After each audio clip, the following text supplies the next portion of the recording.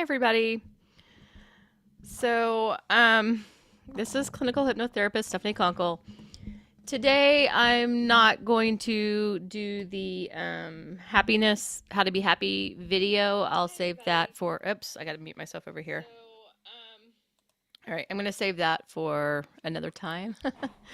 Right now, this is just going to be about you guys and whatever questions you have for me. So I would like to um, excuse me, just take this opportunity to have this live conversation with whoever wants to join me and leave a comment and ask me a question. It can be anything about hypnosis. So I wanted to do this from time to time where I'm just talking to a live audience and we're just doing some like back and forth exchange. That's why I didn't want to do my how to be happy video today because I want to use this time just to sort of like connect with the people who are already following me. And I know that a lot of you are coming here because you want to learn more about hypnosis. I know some people are following me because they want hypnosis from me, and every once in a while I'll do more of a guided meditation type of hypnosis online. I don't get into deep somnambulism or profound somnambulism online if I can't see the client. I say the client, the person watching. I can take clients online because I can see them if we're like on Zoom or something like that. But if I can't see you and I'm just leaving some random deep hypnotherapy or somnambulistic, type of videos, then something might happen to you and I wouldn't be able to help in any way. And so I don't want to be responsible for that. But if you want a private session from me and we can set up a Zoom session, just go to my website, which is clearliferesults.com, and schedule a session in for yourself. So it says one is watching now. That's probably just me. And I know that people will be watching this on the replay, so I'm just going to keep talking. But I want to wait until somebody joins me. And it's just kind of an odd time of day. It's 3:22 Eastern time. It's kind of rainy over here. I originally had an online session scheduled for this time, but the client was having trouble with her sound equipment, so we had to reschedule. So that's why I have some time open right now, just to hang out and chat with you guys. And I'm just gonna wait. I'm just gonna like hang around for a minute and see who joins, and then if nobody joins in like I don't know 5 or 10 minutes, then I'll get off and I'll go do something productive like laundry or something. That really needs to be done actually. Um, so I just had my nails done yesterday, but there's a little hangnail that I'm trying to get at. Okay, there's 4 people watching now. So somebody say hello to let me know that you are paying attention, you can hear me. And if you have a question for me or a comment, go ahead and leave it now and I'll wait for you. Unless you just want to watch me like do my nails. Get this hangnail. And so I can see over here who is watching, and okay, somebody just left. They're like, F that. I don't know who's watching me, who's not watching me. I guess any random person can find me. But I'm hoping that it's actually people that want to hear my advice. I've been having a weird recurring dream. I'm just going to talk about this recurring dream until somebody talks to me, and then I'll talk back to you. But I've been having this weird recurring dream, and it's where I'm pregnant and I have this baby. But the baby is not even old enough to walk yet, okay? So I have this baby, it's not old enough to walk. I put it down for a minute to go do something. And then I'm caught up doing something. And then I remember, oh my gosh, I have a baby. I need to go check on it, make sure it's okay. So then I go into another room, and then the baby is still a baby, but it's more like maybe 5 or 6 months old. Like it shouldn't be able to walk or talk yet, but it is walking and it is talking at this point. And somehow it's feeding itself, dressing itself. And so I'm like, oh, okay, good. Baby, you're okay. You don't need me. All right. Well, I've got some things I got to do, and so I run out and go do some things, and then I'm dreaming and dreaming and dreaming, and then I go, I have a baby. And I like run back to go look at the baby, and then it's like the baby has grown some more and has all this knowledge and is talking to me. It's still a baby, but maybe it's more like a toddler at this point. So, this is the recurring dream. I have this uh maybe once or twice a month, and I've had it for years and years now. Don't exactly know what that means. If you are a dream expert, please feel free to contact me and let me know what you think that means. Last night I had the dream of the baby, but this time I wasn't the one giving birth to the baby. It was my niece who's in her 20s, which makes better sense for her to be giving birth than me. Um, because I'm in my 40s, but she, anyways, births this baby, and I guess I'm maybe babysitting it or something. And again, it's like this just months old. Like first it's days old and then it's already talking and now it's months old and now it's talking and walking and it's walking before baby should walk. Which for my son walked extremely early and he was walking at 10 months, but I think most babies walk more like at 12 to 15 months or something like that. Anyway, so this particular baby hadn't been named yet, and we were just calling it the baby. And finally, I was like, "Hey, baby, do you want a name?" And then the baby picked out some name of some rock star or something that she heard. It's sort of like a Taylor Swift kind of a rock star. It wasn't Taylor Swift. In my dream, it was a very specific name that I cannot remember now, but it was something like Taylor Swift. And so she was like, "Okay, I want to call you um, Taylor Swift, or I want you to call me Taylor Swift." And so I was like, "Okay, I'll call you Taylor." So I told Amber, "Call your baby. Your baby wants to be called Taylor."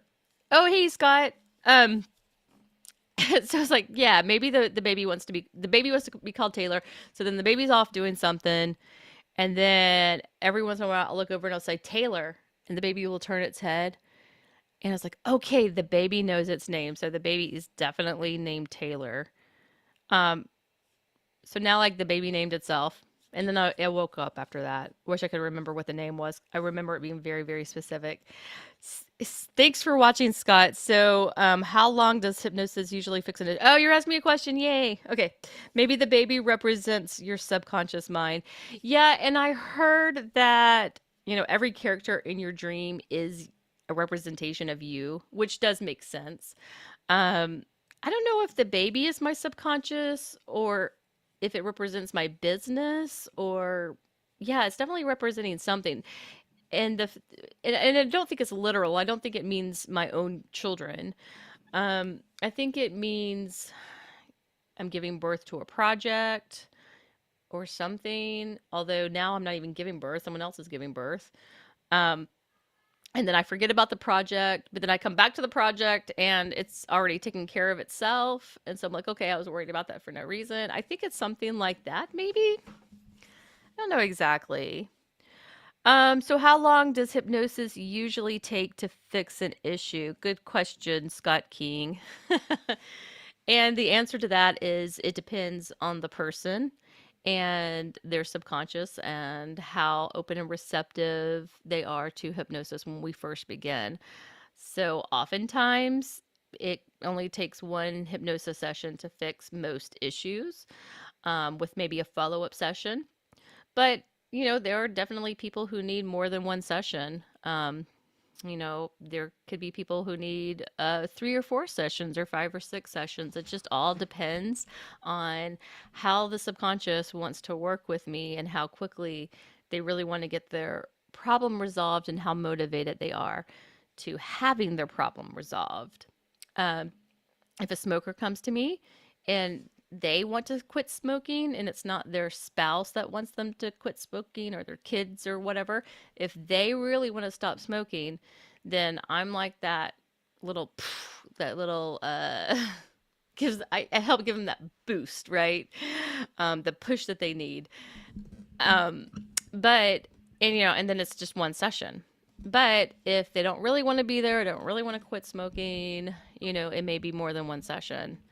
Um, if they have a resentment that their spouse wants them to quit smoking, they don't really want to quit smoking, then they'll never stop smoking and they'll just say, "Hey, hypnosis didn't work on me, so I guess I can't quit smoking." But that's not the reason. The reason would be because they weren't completely motivated to quit smoking. So again, it's different depending on each individual. Um, Everyone is different. Everyone's brains work differently, but on the in general, for the most part, with most issues, you know, in a skilled hypnotist, you can get most issues resolved in just 1 or 2 sessions. So good question, Scott. Thank you. Cool. Any other questions?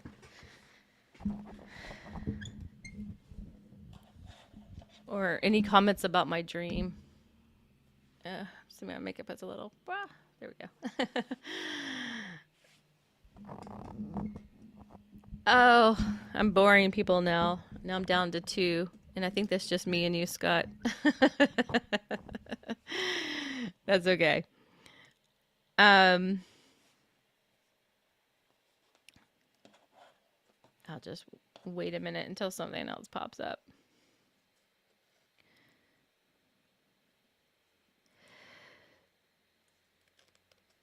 So I probably should be using this time to be doing chores, getting laundry done in particular because I'm way behind on laundry and I'm at home now. So I could be doing that. But instead I'm on YouTube helping you guys understand more about hypnosis. Yeah, so like from time to time I just want to come on, like I said, just live and interact with you guys and see if I can answer your questions. Give you some tips. But for me, I don't really like being just a talking head. I want to really answer questions that you have yourself and then have a back and forth like interaction with each other. That's what I prefer doing. A lot of times I have to just kind of be the talking head, and that's okay too. But we'll just try this out and see how this works. And if this isn't, you know, if people don't like it or whatever, or I'm not getting enough interaction, then I won't do these anymore. But I just feel called. I felt compelled to do this. I came up from my subconscious that I needed to be doing this today, just to have a live, and I don't know why, but something's compelling me to do this live video today. Scott says, what was the first thing you saw someone for? All right, the first thing that I saw. All right, well, the first thing that I used hypnosis on myself for was I had a fear of flying.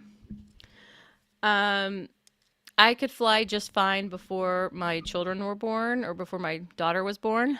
And I had traveled through Europe. I had gone backpacking through Europe for like an entire summer. And I had to get on lots of planes and trains and automobiles during that time. And it didn't really, I mean, I've always been a little bit of a nervous flyer, but I didn't go into like full blown panic attacks, right? Until Sarah, my oldest daughter, was born. And then something just happened in me that just was like, I don't know. It was like I have to be around for my daughter. I think I was thinking if the plane goes down, there's nothing I can do. At least maybe I have a fighting chance if I get into a car wreck, because I know the statistics are way much higher that you would die in a car wreck than you would in an airplane. But in my mind it was like, well, I have no control over an airplane. I might have some control over a car, even if someone else is driving it, because I've done that before where I've actually taken the steering wheel from somebody to keep us from crashing. So I would just think about getting on an airplane and I would have this visceral reaction. So my palms would be sweaty and my breathing would be shallow and rapid. And like, because I remember that happening for my mother's wedding when she got married um, the last time. And we had a flight to Vegas. And it was my first time flying to Vegas. And it was going to be like a 4 or 5 hour plane trip. And I was just like, I got on the plane, but I was just like white knuckling it the whole time. Every bit of turbulence would just freak me out. I was just like crying and could not wait until the plane landed. When the plane landed, I was like, oh, thank God. I was like, wanted to kiss the ground. And I think I clapped for real. And then I remember being in Vegas and we were there for like a week and I was staying with I have relatives that live over there, and I was staying with my aunt who happens to be a flight attendant.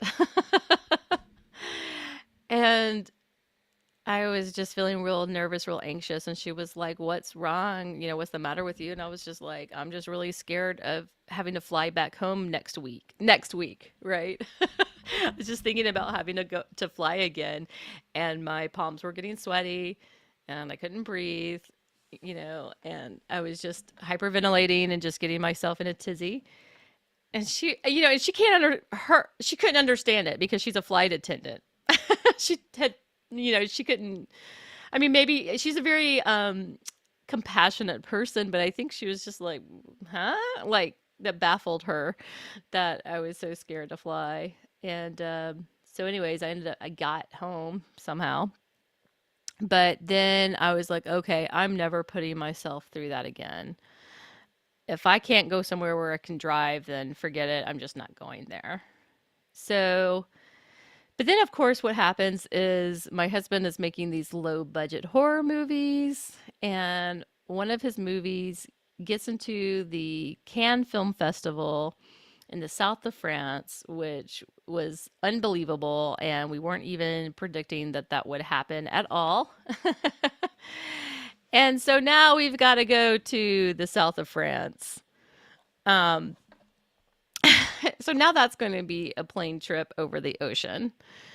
And I don't have to go, but I didn't want to miss my opportunity going to France and going to this amazing film festival where there's lots of celebrities, and then actually walking the red carpet with my husband, not just as his wife, but also as one of the producers on the film. And, I had a lot of other roles on the film as well, because when you're low budget, you wear many hats.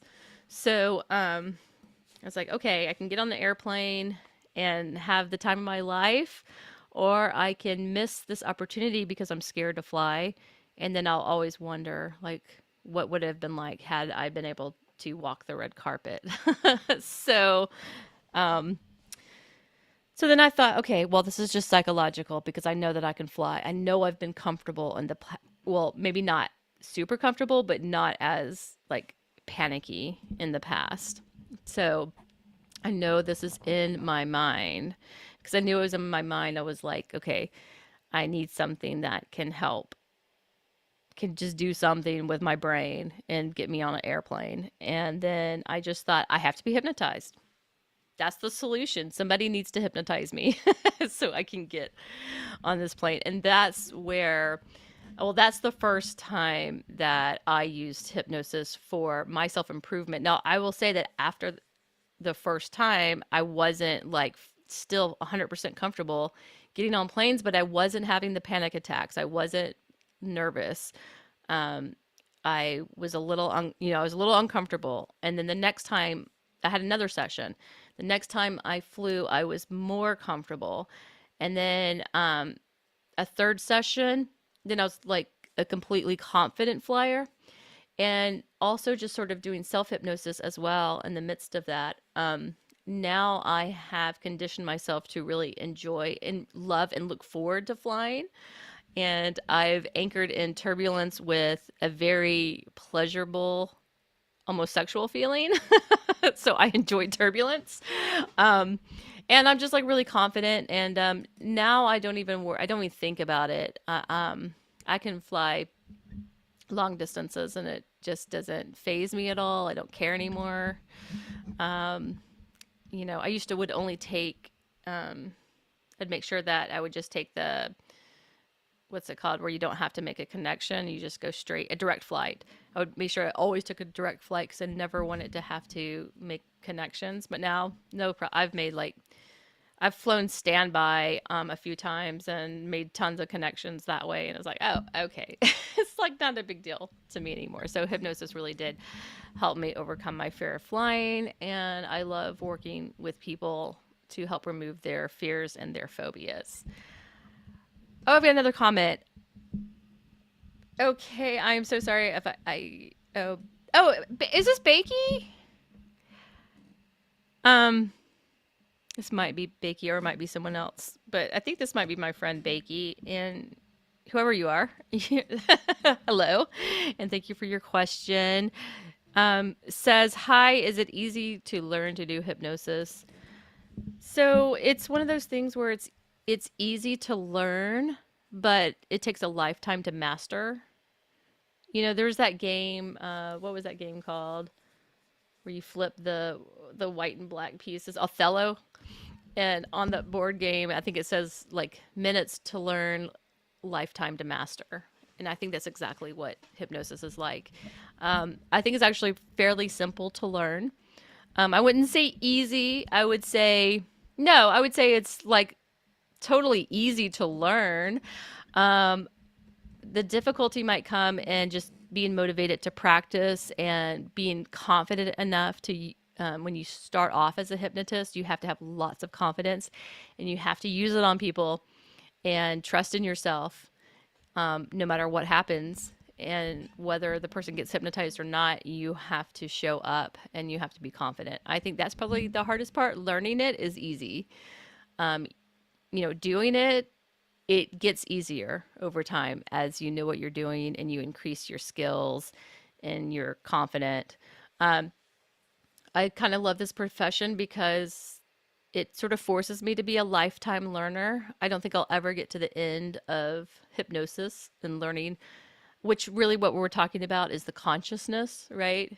And consciousness is really that last unexplored frontier. That is really the unknown. I mean, I think we understand, gravity and the universe and how stars are formed. And I think we even understand the Big Bang better than we understand consciousness, human consciousness, or any consciousness. So the more I study about consciousness, the the more I learn, um, and the deeper my learning goes. So not just through the field of hypnosis and all of the healing modalities, but also it has had effect on my own spirituality as well. So you can go down a really deep rabbit hole once you start studying the consciousness and how amazing and powerful it really is. Okay, can someone make someone do something against his own will using hypnosis? Okay, that depends. So I'm gonna tell you the answer that any other hypnotherapist probably that you ask will tell you. They will say no. They will say no, absolutely not. We have free will. You are being protected. You can't make someone do something against their will. But I'm going to tell you from my experience, and because I've done this before to test it out, that the answer is yes, you can. But there is a caveat with that. You have to be skilled. You have to know what you're doing. You have to be willing to step over into the dark side. Um, and it can happen. And then there's something else that you've got to do that I'm not going to say because this is on YouTube and I don't want someone to get this information and then use it against other people. I'm not saying the people who are watching this right now, but I mean maybe somebody watching it on the replay. I don't want to tell them how that can happen, but I know of two different ways where you can definitely make someone do something that goes against their will. We mostly have free will. Okay, we were supposed to have free will, but there is some loopholes in that. That's all I'm going to say about that right now. But I will tell you that I wanted to test this out myself because I had heard so many stories about people being actually abused in hypnosis, which breaks my heart because hypnosis should only be a healing modality. And these people, both male and female, were abused by some, like I'm going to say, nefarious hypnotist, and for sexual exploitation against their will and without their knowledge. And nobody believed them. And I said, well, I mean, I don't not believe, but let me see if I can replicate something like that.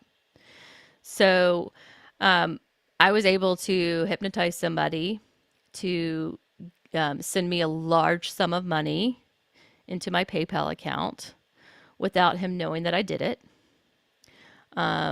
He thought he was seeing me for something else. And so I ended up having him send me a lot of money again into my PayPal account. He woke up with amnesia, had no idea what he had done. So I told him to check his bank account and look what happened. And then he noticed that he sent me all this money. When that happened, he started trembling and was really scared. Like, I mean, he was physically trembling. And so I had to put him back in hypnosis and tell him that he's absolutely fine with it. In fact, I told him that he would wake up from hypnosis thinking it was like the most hilarious thing ever. He woke up laughing. Of course, I refunded his money because I'm an ethical hypnotist and I refunded it right away. But I just had to know for myself if this could be done, and it absolutely can be. I'm not going to say it can be done on every person, but on some people, and you know what you're doing, then yeah, it can happen. Okay. Let's see. Some thieves use it to take people's money or items and victims to give objects to the thief that he wants. Yeah. Now, I'm going to say most people aren't skilled enough to do this. Most hypnotists that you run into do not have the skills to do this, so you really don't have to worry about it.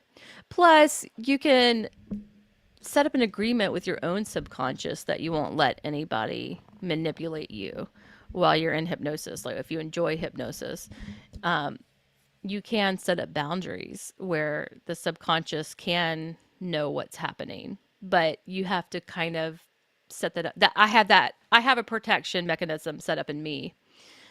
So, because I do enjoy being hypnotized, but I have to be hypnotized by somebody I trust. And then also I trust my own subconscious to let me know if I'm being manipulated. And I think I probably even, so when people say, how did you get into hypnosis or why did you get into hypnosis? And a lot of hypnotists do get into hypnosis because they want to control people. If you drill down and drill down and drill down, like that's the real reason why they got into hypnosis or hypnotherapy. Some people get into hypnotherapy because they had a lot of pain and a hypnotherapist removed their pain. But a lot of other people, especially the stage hypnotists, I'm not picking on them. I love stage hypnotists. I've done some stage hypnosis, but a lot of hypnotists get into it because they want to control people. But a lot of them aren't skilled enough to even know what they're doing. So, but yeah, there's a lot of bad hypnotists out there who actually can't do this. And they try and nothing happens. But again, if you're worried about it, you can set up some protections with your own subconscious to just not allow that to happen. Oh yeah, so I was saying how I got. So I thought I just got into hypnosis as a curiosity, and I just started reading a lot of books about it, and it was a fascination for me. But I was talking to someone earlier this week that sort of triggered something in me, a memory in me. I had had a boyfriend before, I mean, before marrying my current husband, I had a long-term boyfriend who, well, I'll say long term, maybe like 2 years, who was a narcissist and he was manipulating me. And he was love bombing me, and he was keeping me away from all my friends, making me distrust everybody, all of my friends and family and whoever he could. He was trying to just have me all to himself. And lucky for me, I figured this out. I mean, I figured it out way later than I should have. And I broke up with him. I actually broke up with him before I figured out what he was doing. But I knew something was off and didn't feel right to me. In fact, he got me to hate all of my friends and people around me that I just left. And it's part of the reason why I went to Europe. I just had to get away just from the whole country because I was being gaslighted and stuff. And so I was like, I'm just getting away from everybody and everything for a while. And it wasn't like to go to find myself, it was just to sort of run away. And then when I came back to the States, I changed. This was when I was in college. I changed schools. So I never went back to the college where he was. And then I met my now husband, who was this beautiful, wonderful, loving, kind, caring soul.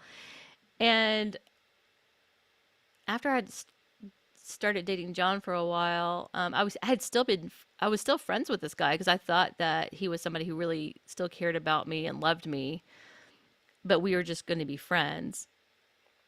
Then I had a phone conversation, and it was just like on this phone conversation, it was like I had a download, like from source or something, that my eyes were open and I understood exactly everything that he did to me, how he was using me and manipulating me. And I just started telling him what he was doing to me. And he was just kind of smirking and laughing. And he was like, yeah, haha, like, I did do that to you because blah, blah, blah, whatever. He admitted it. And he was really like proud of himself for doing it. And I'm just so thankful that I didn't end up marrying this guy because it was getting close to that before I broke it off with him. Thank God. Anyways, I think maybe unconsciously I was interested in hypnosis to learn how to not be manipulated. So I could see the signs when people were trying to manipulate me. I think the protective part of me was like, learn this modality so that you can protect yourself and you can see it coming. If it ever happens again, you can see it coming. So for me, I don't even think it was so much of a control aspect or a healing, even with the fear of flying. I don't even think it was that. I think it was more of a protection, right? If I know this, then the fox can't outfox me. Okay. Scott says, can you help someone set up those protections? Yeah, absolutely. For sure. And that's easy to do. I can definitely help someone set up protections in hypnosis or out of hypnosis, and you can do it on your own as well. If you can really go inside and just talk to your subconscious. And when I say talk to your subconscious, it's that inner part of you. It's that voice. Some people actually don't have an inner dialogue, but if you do have an inner dialogue, it's that voice, that tells you not to go down that dark alleyway or you might get mugged. And then if you go down that dark alleyway and you get mugged, then what do you say? I should have listened to myself, right? Well, who is this myself that you're talking about? Even people that don't have the inner dialogue, they usually have an intuitive feeling to do something, to not do something. They feel like they're being guided by something. So that is the subconscious. and you can just go in, meditate. You don't have to get into like a deep meditation. Just go within. Maybe close your eyes. That's the fastest way to go inside, is to close your eyes and then just put that intention forth. And then just trust that your subconscious will protect you, because it will, because it wants to. That's its job. Its whole job is to protect you. So you can even use the brain and the psyche, I should say. Not so much. I don't know if it's the brain or the psyche or both, because I separate the two of them. But likes metaphors.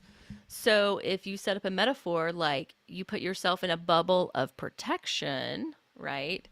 That, manipulation can't get through this bubble, then your subconscious understands what that means and will like program that in at the unconscious level. It'll make all of the changes at the neurological level, and at the nervous system level.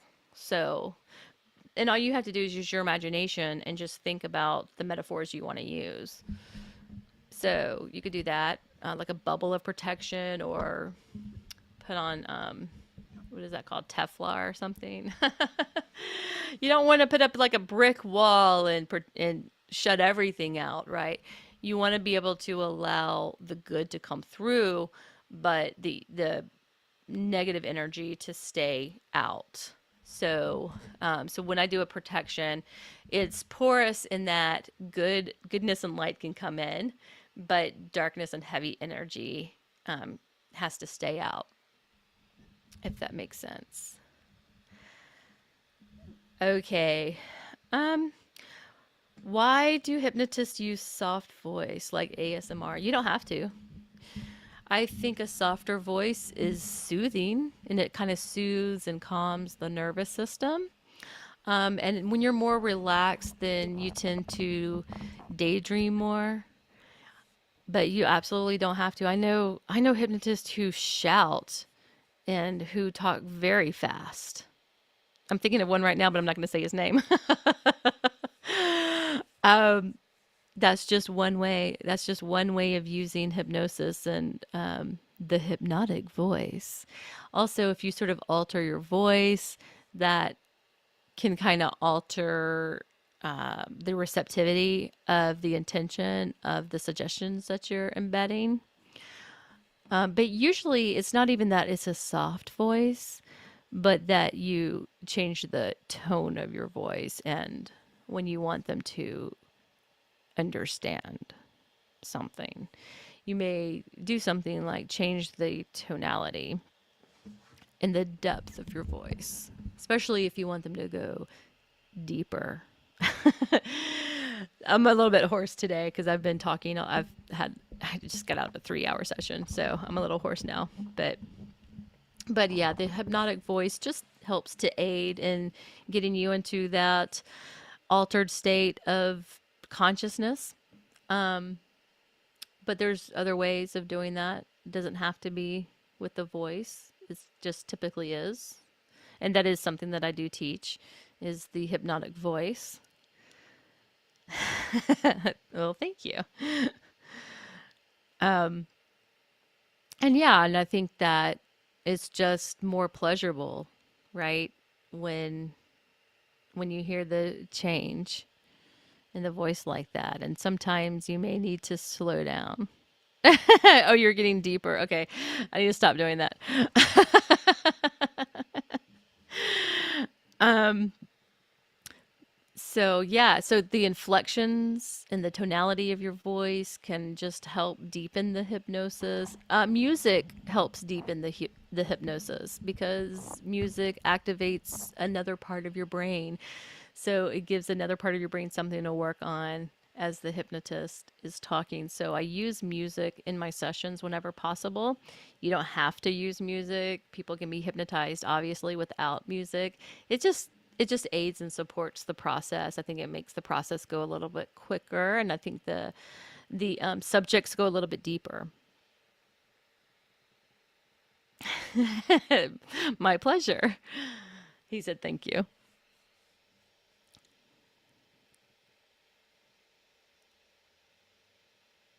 So, yay, I'm so happy that you guys are interacting with me and asking me questions. Any other questions? Oh, if you guys could take a second just to like this video, I would appreciate it. Thank you. I just saw a like. Thank you. That's my thank you kisses. And yeah, and if you're not subscribed, then go ahead and subscribe. Hit the notification button.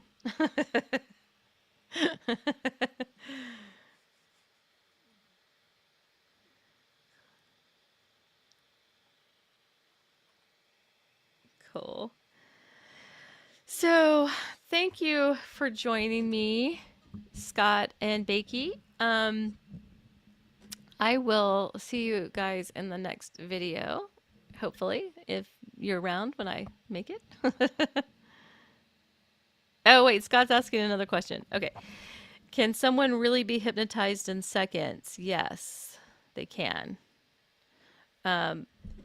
So they can, all right. I just have to kind of be like, what do you mean by seconds? Can somebody go into trance in seconds? Yes, especially if you use a shock induction on them or an instant induction, they can go into trance and follow out some commands. Will they have a complete healing in seconds? Sometimes yes, sometimes no. That depends on the subconscious, and that depends on what the client needs and how much the subconscious is willing to help you with that. And if I go into it a little bit deeper and I talk a little bit more about the spiritual level of this,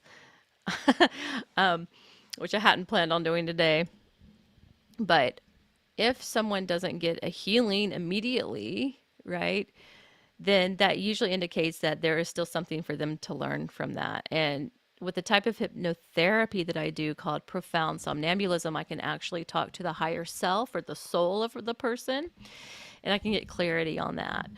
Sometimes something can't be healed or cleared up because the client or subject is still learning from the situation, or maybe they're filling out some sort of like karmic contract that they had. There could be several reasons why somebody wouldn't get a very quick healing in hypnosis, but that usually has to do more with what's going on the spiritual level. Whether you believe that or not is irrelevant. This is just what the subconscious tells me when it talks to me in hypnosis. So that's what I believe until, unless something else gets proven. But the subconscious, the higher self, the collective unconsciousness talks to me through all different people and clients, my clients who I have all over the world, who don't know each other, who are all different walks of life, different professions, different races, and then I can still talk to their higher self and the collective and spirit guides and stuff like that, and I get a lot of the same type of information from that, and but which actually makes me feel better, because because what I'm sort of coming to understand is that no matter how difficult a situation you're in, at some point, at some level, your soul agreed to be here and to work through that for a reason. Maybe you're supposed to grow your soul. Maybe you're supposed to pay off some kind of karmic debt, or maybe you're supposed to help someone else to grow their soul. But for whatever reason, there is a purpose for you going through whatever suffering you're going through. And some level of you, some part of your soul agreed to it, which is fascinating, right? Okay, let's see. Okay. Do you prefer to use fast hypnosis inductions or normal methods like imagining stairs? Depends on the person, on the client. If the client is very analytical, I prefer to use an instant induction. If the client is very anxious, then and they need to be calmed down, I'll use a progressive muscle relaxation because I want to calm their nervous system before I calm their mind, right? Um, the staircase is just a deepener, but yeah, I use all of it, and it just depends on the client. So I don't try to fit the client into what I'm doing. I try to fit what, yeah, is that it? I try to fit what the client needs from drawing from the sources of information that I have inside of me, the resources that I have, the skills that I have, what would work best for this client based on what they're telling me or how they're behaving. Then I'll choose whatever modality I think will work for them. Most of the time, I get it right. Sometimes I don't. If I don't get it right, I just switch it up quickly and I use a different induction. Okay. Can you hypnotize us now in seconds? So when I do instant inductions or shock inductions, I have to touch you. So I could probably hypnotize you right now. I don't know if I could do it in seconds right now. Probably there's some part of me that could. I don't want to do that right now just because I can't see you and I want to make sure that you're safe on the other end. But if you want to experience that and you want to, buy a session from me, go to my website, clearliferesults.com, and sign up for a session. And I'll be happy to do that with you. I just have to see you to make sure that you're safe. So, thank you for all the likes.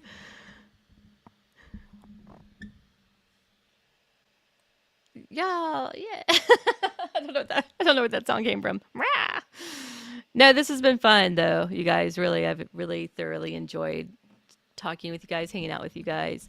I want to do this more often. I want to have more of these live events where we're having back and forth conversations. I love this. It's hard when I'm just being a talking head and not talking to anybody and getting feedback. So I really love getting feedback from you guys. Becky says, "I'm safe, really." Okay. Um, but anyways, I you might be, but I can't see it though. If I can't see it on my end, you're probably safe now. But when you go into profound somnambulism or really deep hypnosis, deep hypnotic trance, you might not be. I wouldn't want you to like fall out of your chair or something like that, or lose connection with me before I brought you out of hypnosis. So I just want to make sure that you're safe on many different levels. So, all right, guys. I think that's going to be it for me for today. I need to go rest my voice. And just want to let you guys know that I love you and I appreciate you. And you're supposed to be here. You have a purpose and a mission. If you don't know what that is yet, you go within, ask your subconscious, ask your higher self to let you know what that mission is, and you'll be well on your way. And if you need hypnosis, again, you can check me out at my website, clearliferesults.com, or if you want to see someone in person, go to your local hypnotherapist. Most cities have at least one or two hypnotists in your town, or you may have to go to a bigger city, but I do suggest to go see a hypnotist or hypnotherapist in person. You'll have a wonderful, amazing experience. It doesn't matter if it's me; it can be anybody who resonates with you. Okay, all right. I love you guys, and I'll see you in the next video.